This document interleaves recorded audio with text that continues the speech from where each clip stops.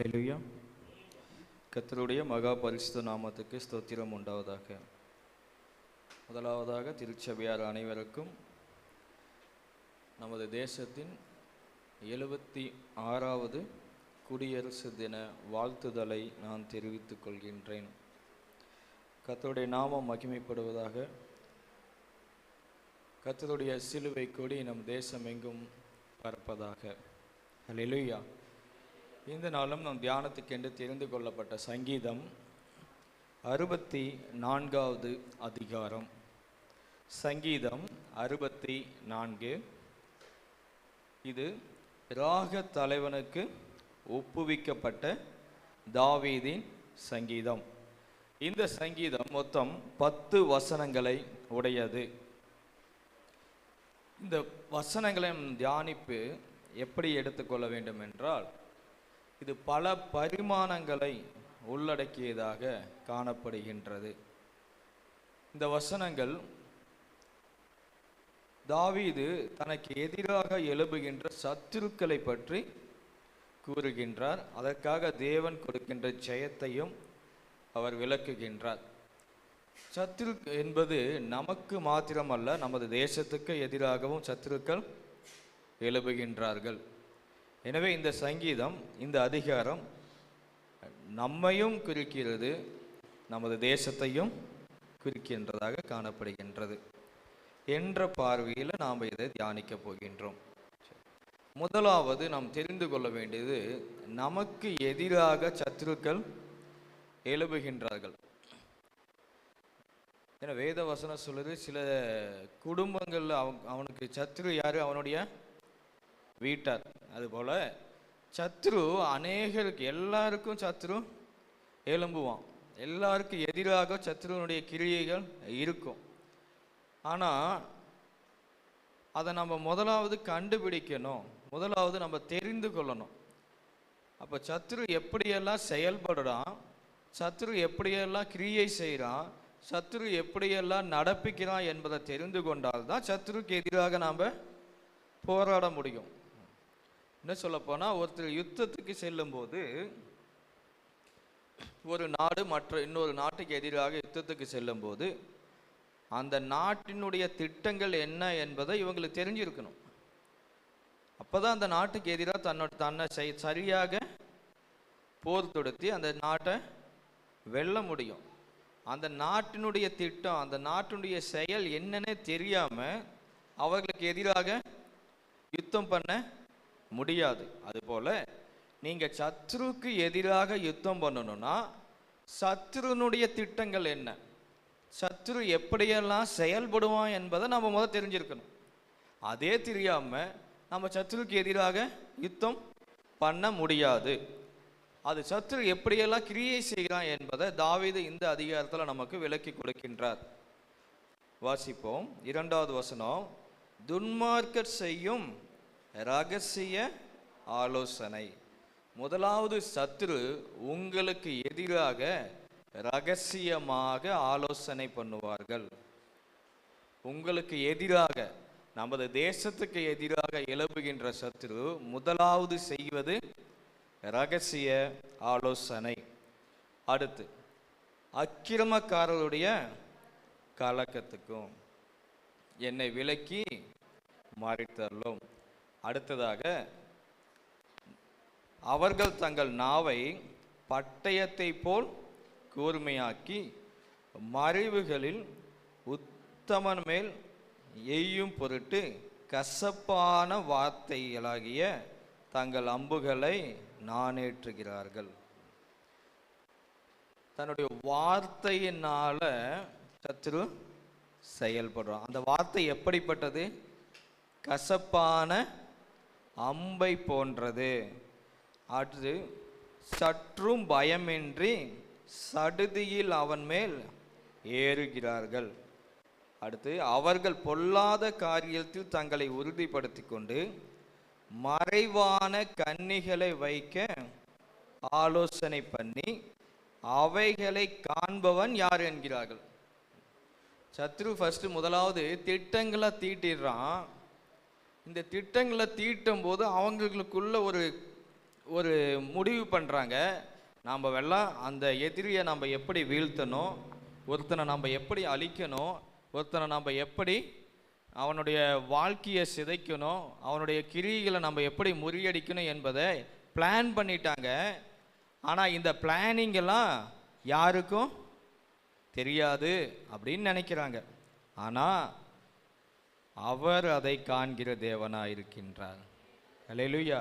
உங்களுக்கு எதிராக, உங்கள் தேசத்துக்கு எதிராக சத்துருக்கள் திட்டம் தீட்டலாம், கிரியைகள் செய்யலாம்.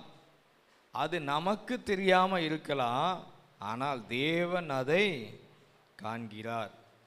ஆகார் சொல்கிறாங்க, நீர் என்னை, நம்மளை மட்டும் இல்லை, நமக்கு எதிராக எழுப்புகின்ற சத்துருவையும் அவர் காண்றார். அல்லேலூயா. சத்துருக்களுடைய ஒவ்வொரு அசைவையும் தேவன் பார்த்து கொண்டே இருக்கின்றார். அப்போ தான் நம்மளை அவர் காக்க முடியும். புரிந்து கொண்டீங்களா? நமக்கு எதிராக செயல்படுகின்ற சத்துரு எப்படியெல்லாம் செயல்படுறான், எப்படியெல்லாம் திட்டம் தீட்டுறான், எப்படியெல்லாம் தன்னுடைய அடுத்த ஸ்டெப்பை எடுத்து வைக்கிறான்னு தேவன் தெரிந்து கொண்டாதான் அந்த சத்துருவிலிருந்து தேவன் நம்மை பாதுகாக்க முடியும். அப்போ தேவனுடைய கண் நன்மேல் மட்டுமல்ல, நம்முடைய சத்துருவின் மேலும் இருக்கின்றது. அல்லேலூயா, அல்லேலூயா. அடுத்ததாக 7வது வசனத்தை தாவீது அழகா சொல்றாரு, ஆனாலும் தேவன் அவர்கள் மேல் அம்புகளை எய்வார். இப்போ நமக்கு எதிராக இருக்க சத்ரு அந்நாட்கள்லாம் அம்பு தான். எதிரியை வீழ்த்துவதற்கு பயன்பட்டது அம்பு தான்.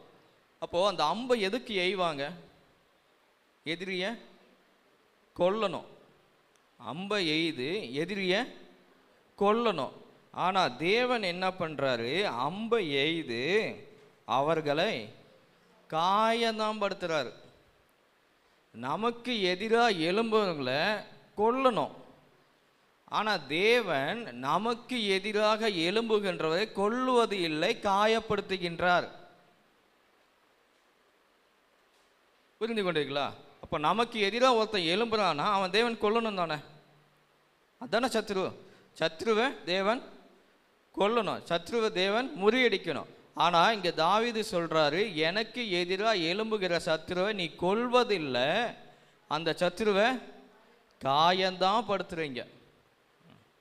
ஏன்னா 23வது அதிகாரத்தில் தாவீது சொல்லுவார், என் சத்துருக்களுக்கு முன்பாக எனக்கு ஒரு பந்தியை ஆயத்தம் படுத்தி. அல்லேலூயா. அப்போது என் சத்துரு எனக்கு எதிராக செயல்படுறான், என் சத்துரு என் தேசத்துக்கு எதிராக செயல்படுறான், என் சத்துரு என் குடும்பத்துக்கு எதிராக செயல்படுறான், என் சத்துரு என் பிள்ளைகளுக்கு எதிராக செயல்படுறான். அந்த சத்துருவை நீர் சாகடிக்காம காயப்படுத்தி, நீர் என்னை ஆசீர்வதிப்பதை, நீர் என்னை அபிஷேகம் பண்ணி வழி நடத்துவதை, நீர் என்னை உயர்த்துவதை, நீர் என்னை பெருக்குவதை, நீர் என்னை மற்ற ஜனங்கள் முன்பாக என்னுடைய தலையை நிமிர்த்துவதை பார்ப்பதற்காக அந்த சத்துருவை தேவன் காயப்படுத்துகின்றார். அல்லேலூயா. ஏன்னா சத்துருவை அழித்துட்டா, உங்களுக்கு எதிராக எழும்புகின்றவர்களை தேவன் அழித்து விட்டார், உங்களின் ஆசீர்வாதங்களை அவர்கள் காண முடியாது. தேவன் உங்களை எப்படி ஆசீர்வதிக்கின்றார், தேவன் உங்களை எப்படி உயர்த்துகின்றார், தேவன் எப்படி உங்களை பயன்படுத்துகின்றார், தேவன் யார் என்பதை உங்கள் மூலமாய் உங்கள் சத்துரு காணும்படியாக அவர்களை தேவன் காயப்படுத்துகின்றார். அல்லேலூயா, அல்லேலூயா. உங்களின் உயர்வை, உங்கள் தேசத்தின் உயர்வை, உங்கள் பிள்ளைகளின் உயர்வை, உங்கள் குடும்பத்தின் உயர்வை உங்கள் சத்துரு காணாமல் அவன் மடிய மாட்டான். அல்லேலூயா, அல்லேலூயா. அதனால தான் தேவன் சத்துருவை காயப்படுத்துகின்றார். அதனால் உங்களுக்கு எதிராக இன்னைக்கு அநேகர் செயல்பட்டு கொண்டிருக்கின்றான், உங்களுக்கு எதிராக அநேகர் கிரியை செய்து கொண்டிருக்கின்றான்.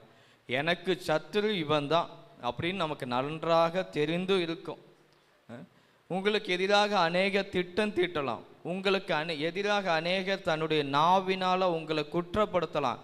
எதை குறித்து நீங்கள் கலங்காதீங்க, தேவன் உங்கள் சத்துருவை காண்கின்றார். அல்லேலூயா, அல்லேலூயா. நம்மை காண்கின்ற தேவன் நம்முடைய சத்துருவையும் பார்த்து கொண்டே தான் இருக்கின்றான். எனவே உங்களுக்கு எதிராக அவன் எப்படியெல்லாம் செயல்பட்டாலும் உங்கள் சத்துருவை உங்கள் தேவன் உங்கள் கண்களுக்கு முன்பாக முறியடிப்பார்.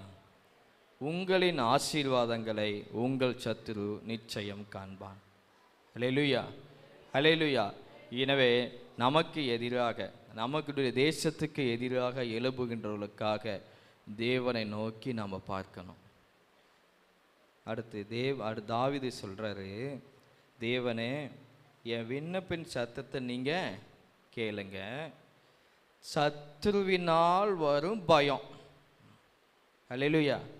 தாவீது சொல்றாரு, சத்ருவினால எனக்கு பயம் வருது, அந்த பயத்தை என்னிலிருந்து நீக்குங்க.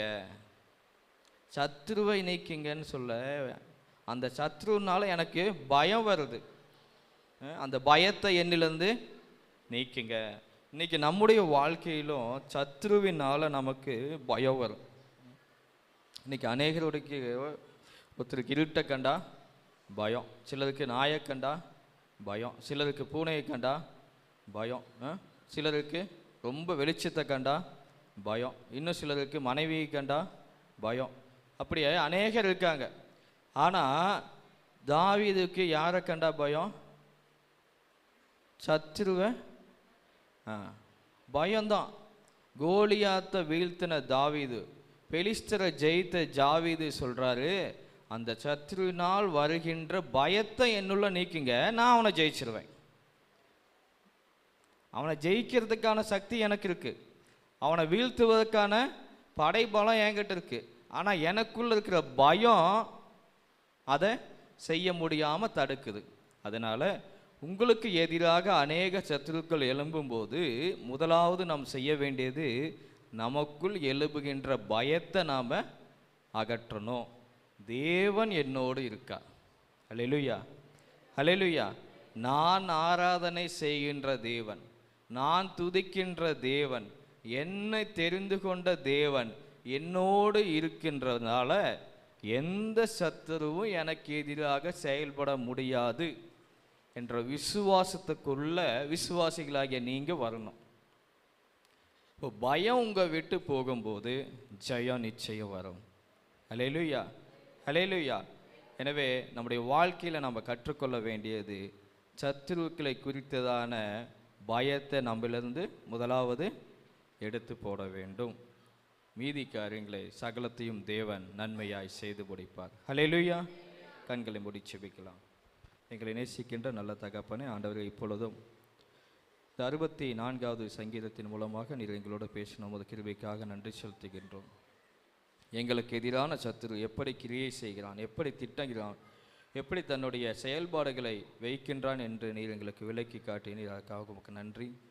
ஆண்டவரே, எங்களுடைய வாழ்க்கையிலும் எங்களுக்கு எதிரான சத்துருக்கள் மத்தியில் அதற்கான பயத்தை எங்கள் இருதயத்தில் இருந்து நீர் நீக்கி போட வேண்டுமா ஜெபிக்கின்றேன். எங்கள் சத்துருக்களை நீர் காண்கிற தேவனாய் இருக்கின்றேன். எனவே எங்களுக்கு விரோதமாக எழுப்புகின்ற எந்த ஒரு சத்துருவின் கிரியைகளும் நீர் வாய்க்காமல் போக பண்ணுவீர் என்ற விசுவாசத்தோடு நாங்கள் கடந்து செல்கிறோம். எங்களை ஆசீர்வதியும்.